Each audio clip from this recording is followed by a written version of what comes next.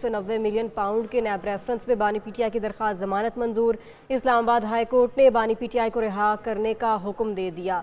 10 लाख रुपए के जमानती मुचल के जमा कराने की हिदायत की गई। Chief justice Islamabad high court Aamir Farooq और जस्टिस तारिक महमूद जहांगीरी ने महफूज फैसला सुनाया। जमानत के बावजूद बानी पीटीआई जेल में ही रहेंगे। बानी पीटीआई के सुप्रीम कोर्ट में वीडियो लिंक के जरिए पेशी का मामला। अडियाला जेल इंतजामिया ने वीडियो लिंक के इंतजामात मुकम्मल कर लिए। अडियाला जेल इंतजामिया को गुज़श्ता रोज सुप्रीम कोर्ट के अहकामात मौसूल हुए थे। सुप्रीम कोर्ट ने नैब तरामीम केस में बानी पीटीआई को पेश करने का हुक्म दे रखा है। तो आपको बताएं कि बानी पीटीआई की सुप्रीम कोर्ट में वीडियो लिंक के जरिए पेशी का ये मामला है। District and session court Islamabad में बानी पीटीआई के खिलाफ दफ़ा 144 की खिलाफ वर्जी पर मुकदमात में दरखास्त बरबरियत पर फैसला महफूज। बानी पीटीआई और दीगर के खिलाफ मुकदमात इस्लामाबाद के थाना अपारा में दर्ज हैं। इसके अलावा अदालत बानी पीटीआई शाह महमूद कुरैशी की दरखास्त पर बरियत का फैसला 27 जून को सुनाएगी। सरबराह JUIFA ने हुकूमत से मुस्ताफ़ी होने का मुतालबा कर दिया। मौलाना फजल रहमान कहते हैं कि यह कमज़ोर हुकूमत है, दोबारा इलेक्शन कराए जाएं। हम घाटे का सौदा कर रहे हैं, सब कुछ ज़ाया हो रहा है। किसानों के साथ जो जुल्म हुआ है उसकी पूछताछ होनी चाहिए। इलेक्शन कहना इस जो हमारे मुतालबे हैं कि असरनो इलेक्शन हो, हुकूमत मुस्ताफ़ी हो जाए। इलेक्शन को इतना बदनाम कर दिया है कि इसको इलेक्शन कहना ही नाजायज़ है। इलेक्शन कहना इसको नाजायज़ है जहां पर उम्मीदवारों से करोड़ों करोड़ रुपए लिए जाते रहे हों, जहां एक एक सूबे से अरबों अरबों रुपए लेके चले जाते हों। किसान के साथ हम शाना बशाना खड़े हैं और कदम कदम भर उनके साथ हैं। बहुत मजलूम है इस वक्त। जिन्होंने ये जुल्म किया है उनको मुहासबा क्यों नहीं किया जा रहा।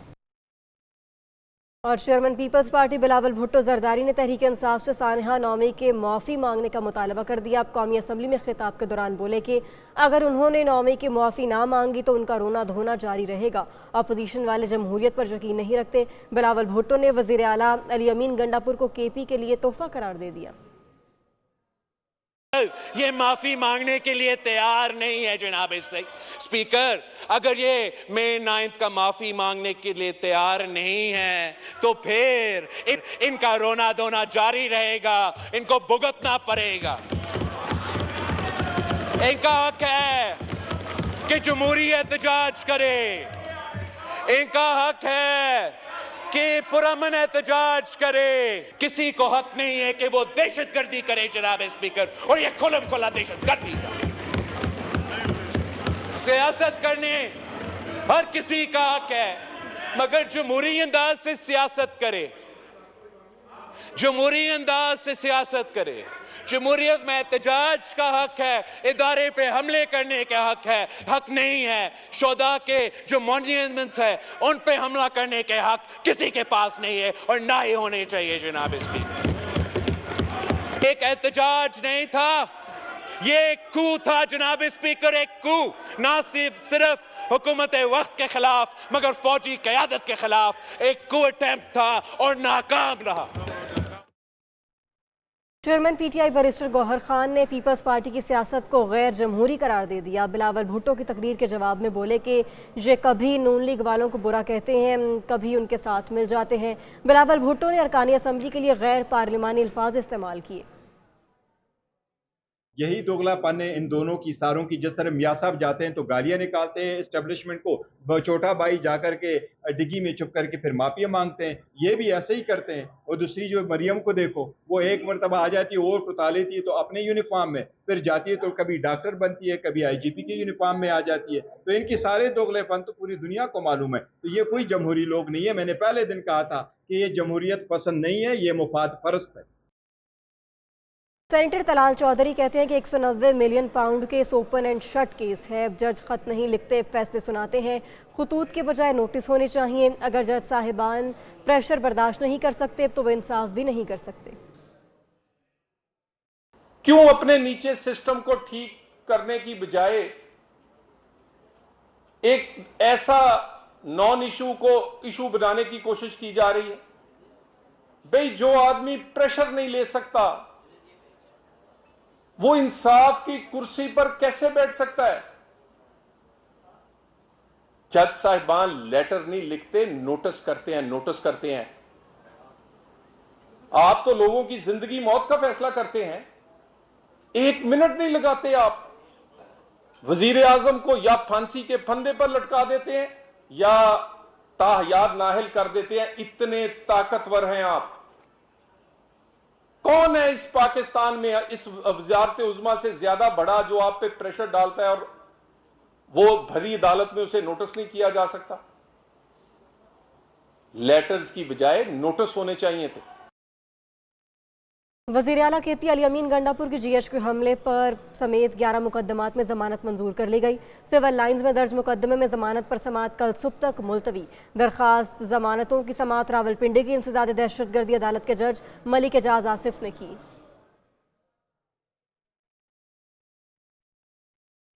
मियां वाली में वज़ीर दाखिला मोहसिन नकवी की शहीद मेजर बाबर खान के रहायशगाह आमद। शहीद मेजर बाबर खान के वालिद नूर खान से मुलाकात की, दिलासा दिया। अब शहीद मेजर बाबर खान के भाई कैप्टन नासिर और सुहेल से भी मिले, ताज़ियत की। मोहसिन नकवी ने शहीद बाबर खान के वालिद नूर खान के बुलंद हौसले को सराहा। वज़ीर दाखिला मोहसिन नकवी कहते हैं कि FC बलोचिस्तान नॉर्थ के शहीद बाबर खान कौम के हीरो हैं। दुबई में गैर मुल्कियों की 389 अरब डॉलर की जायदादें होने का इंकशाफ हुआ है। जायदादें रखने वालों में पाकिस्तानियों का दूसरा नंबर है, जिन्होंने 11 अरब डॉलर की जायदादें खरीदी हुई हैं। प्रॉपर्टी लीक्स में ये इंकशाफ हुआ है कि दुनिया की कई सियासी शख्सियात, हुकूमती अहलकार और रिटायर्ड सरकारी अफसरान के नाम भी दुबई लीक्स में शामिल हैं। नया माली स्कैंडल दुबई अनलॉक्ड बेनकाब। दुबई में गैर मुल्कियों की 389 अरब डॉलर की जायदादें होने का इंकशाफ। डेटा लीक में पाकिस्तानियों को दुबई के महंगे तरीन इलाकों में बतौर प्रॉपर्टी मालिकान जाहिर किया गया, जिनमें Dubai Mirena, Emirates hills, business पे, पाम जमेरा और अलबर्शा शामिल हैं। दुबई डेटा लीक्स के मुताबिक दुबई में रिहायशी जायदाद की खरीदो फरोख्त में आलमी सतह पर पाकिस्तान का चौथा नंबर है। 17,000 पाकिस्तानी शहरी दुबई में रिहायशी इमलाक के मालिकान के तौर पर जाहिर किए गए।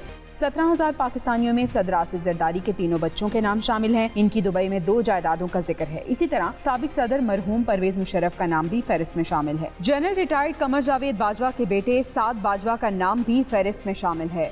साबिक वजीर आजम शौकत अजीज भी फहरिस्त का हिस्सा। हुसैन नवाज भी दुबई में जायदाद के मालिक। वजीर दाखिला मोहसिन नकवी की अहलिया भी जायदाद की मालिक। वजीर इत्तला सिंध शर्जील मेमन और अहलिया के नाम भी फहरिस्त में शामिल। सेनेटर फैसल वावडा, शेर अफजल मरवत, फरहत शहजादी और फराह गोगी का नाम भी प्रॉपर्टी लीक्स में शामिल है। डेटा में पाकिस्तानियों की जानिब से रियल स्टेट सेक्टर में कुल सरमायाकारी की मालियत 12.5 अरब डॉलर बताई गई है। सीनियर सियासतदान सेनेटर फैसल वाडा कहते हैं कि बार बार इंटेलिजेंस इदारों का नाम लिया जा रहा है। अगर सबूत हैं तो फराहम करें, हम आपके साथ खड़े होंगे। किसी पर इल्ज़ाम लगाने से काम नहीं चलेगा, इदारों को निशाना बनाना बंद किया जाए। अब अगर कोई पगड़ी उछालेगा तो पगड़ी का फुटबॉल बना देंगे। बार बार इंटेलिजेंस इदारों का नाम लिया जा रहा है तो भाई शवाहिद देना, शवाहिद दे, हम आपके साथ खड़े हैं। किसी पे इल्जाम लगाने से काम नहीं चलेगा। अब पाकिस्तान में कोई पगड़ी उछालेगा तो पगड़ी का फुटबॉल, हम उनकी पगड़ियों का फुटबॉल बनाएंगे। लेजिस्लेटर किसी दूसरी दोहरी मुल्क का शहरियत नहीं रख सकता। असूल, तो उस असूल के तहत उस लेजिस्लेटर, उस सियासतदान को आप दूसरी सिटीजनशिप ना रखने पे अलाउ नहीं करते कि आप सियासत करें, तो फिर जज दोहरी शहरियत के साथ कैसे बैठे हुए? गुफ्तगू आपने सुनी। दुबई में पाकिस्तानियों समेत गैर मुल्कियों की तकरीबन 400 अरब डॉलर की जायदादों का इंकशाफ हुआ है। 17,000 पाकिस्तानियों की 11 अरब डॉलर की जायदादें इसमें शामिल हैं। इस हवाले से अरकान पार्लियामेंट की राय क्या है, जान लेते हैं किरण खान से। गुज़श्ता 2 सालों में पाकिस्तान एक एक पाई के लिए 2 मालिक की मिन्नतें करता रहा। दूसरी जानिब देखा जाए तो दुबई लीक्स में 2 सालों में 11 अरब डॉलर की जायदादें खरीद ली। इस हवाले से अरकान पार्लियामेंट क्या कहते हैं, आइए जानते हैं। अभी उन कामों से फुर्सत नहीं मिले थे कि अभी इनके दुबई में पता नहीं कहाँ पे प्रॉपर्टीज निकल आई थी। मेरा ख्याल इसकी इंक्वायरी होनी चाहिए। इमरान अजीज साहब के बच्चे बाहर हैं, असासाजात उनकी बहनों के और उनके कहीं कभी दुबई में निकलते हैं, कभी लंदन में निकलते हैं। सिर्फ इशारे हमारी तरफ हमेशा कर दिए जाते हैं। अपने मुल्क में स्टेबिलिटी हो, आपके अपने मुल्क में कब्जा ग्रुप न हो, आपके अपने मुल्क में लोगों को उनकी जो इन्वेस्टमेंट है उनकी सिक्योरिटी का पता हो, तो वो कभी अपने बाहर मुल्क नहीं लेके जाएंगे। मेरी जायदाद तो एक ही घर है, वो अपने ही मुल्क में है और ना बाहर मेरा कुछ है, लेकिन मैं समझती हूँ जो लोग बाहर इन्वेस्ट कर, अगर हकीकत है तो फिर तो ये गलत है, इसको फिर हर एक इंसान गलत ही कहेगा, लेकिन इसकी पहले तहकीकात अपने लेवल पे होनी चाहिए कि ये जो भी एक इशू सामने आया है तो उसमें सच कितना है। अरकान पार्लियामेंट का कहना है बैरून मुल्क जायदादें खरीदने में कानूनी पाबंदी नहीं, अलबत्ता इन्हें डिक्लेयर करना जरूरी है। अगर मुल्क में साजगार माहौल हो तो कोई भी बैरून मुल्क सरमायाकारी का सोचेगा भी नहीं। कैमरामैन सज्जाद मजीद के साथ किरण खान, पार्लियामेंट हाउस, इस्लामाबाद। और अब कुछ बात करें वज़ीर आला और गवर्नर केपी की जंग अब बयानबाजी से आगे निकल चुकी है। फैसल करीम कुंडी के लिए खैबर पख्तूनख्वा हाउस इस्लामाबाद में जो एक ब्लॉक मुख्तस था उसे ख़त्म कर दिया गया है। इनेक्से इस्तेमाल नहीं कर सकेंगे। वज़ीर आला अली अमीन गंडापुर ने मुतल्लिका स्टाफ को भी इस हवाले से आगाह कर दिया है। वज़ीर आला केपी और गवर्नर में इख्तिलाफात का मामला। गवर्नर केपी इस्लामाबाद हाउस में अपनी एनेक्सी इस्तेमाल नहीं कर सकेंगे। वज़ीर आला खैबर पख्तूनख्वा ने मुतल्लिका स्टाफ को आगाह कर दिया। मुशीर इत्तलात केपी बैरिस्टर सैफ कहते हैं वज़रा और मेंबरान असम्बली के लिए रिहाइश का मसला था। गवर्नर एनेक्सी फिलहाल अरकान सूबाई असम्बली और वज़रा इस्तेमाल करेंगे। गवर्नर खैबर पख्तूनख्वा का कहना था आर्टिकल 121 और 122 में सबके इख्तियारात वाज़ेह हैं, कोई किसी पर पाबंदी आयद नहीं कर सकता। कॉन्स्टिट्यूशन में आर्टिकल 121 है और 122 है, आप वो भी पढ़ लें।